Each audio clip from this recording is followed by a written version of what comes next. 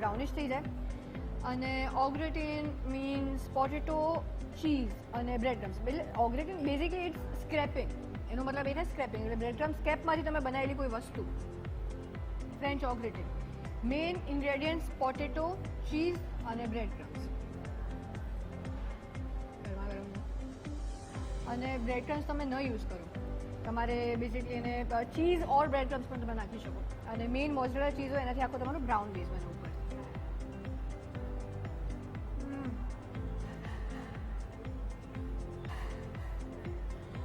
Make and cheese ખાઓ ને એમાં ખાલી મેક્રોની જ હોય. ફ્રેન્ચ ઓગ્રેટીનમાં તમને ઇંગ્લિશ વેજીસ મળશે. આમાં carrot, peas, broccoli, zucchini, potato, capsicum, bell pepper બધું જ છે. White sauce.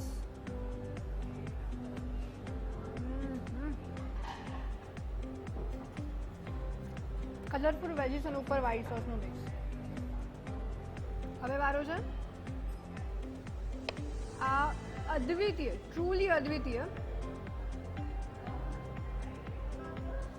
અને આપણે સોસ એવું બનાવ્યું છે ને કારણ આમ થોડું જોર કરી તો સોસ જેવું થઈ જાય છે. Curd rice આરાંકી.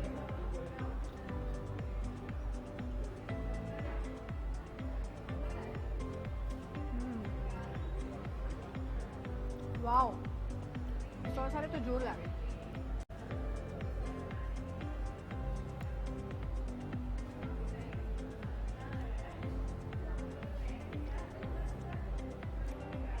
એટલે ચીઝના બોલ્સ ને બધું ખાઓ ને બહુ કેલરીઝ આવે. હેલ્ધી આને કહેવાય.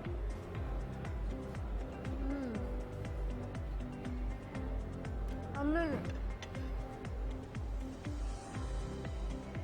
યાર